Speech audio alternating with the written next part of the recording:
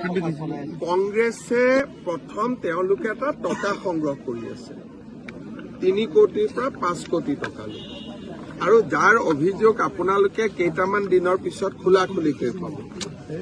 নেতাসকলে ঘৰত বিয়া পাতিবৰ কাৰণেও টকা সংগ্ৰহ কৰি আছে আপোনালোকক আমি আপোনালোকে মোক এতিয়া এডভান্স দিয়ক এইটোও চলি আছে কিন্তু কোন কেইটা সমষ্টিত চলি আছে 22ৰ পৰা 23টা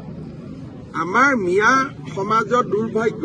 যে তেওঁলোকে কংগ্ৰেছক ভোটো দিব লাগে টকাও দিব লাগে আপোনালোকে বুজি পাব তেওঁলোকৰ দুৰ্ভাগ্য ভোটো দিব আৰু টকাও দিব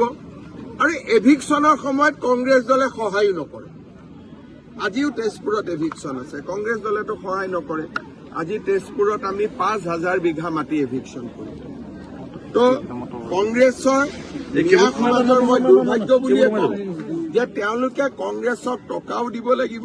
ভোটো দিব লাগিব আৰু কংগ্ৰেছ তেওঁলোকৰ বিপদৰ সময়তো তেওঁলোকৰ লগত নাথাকে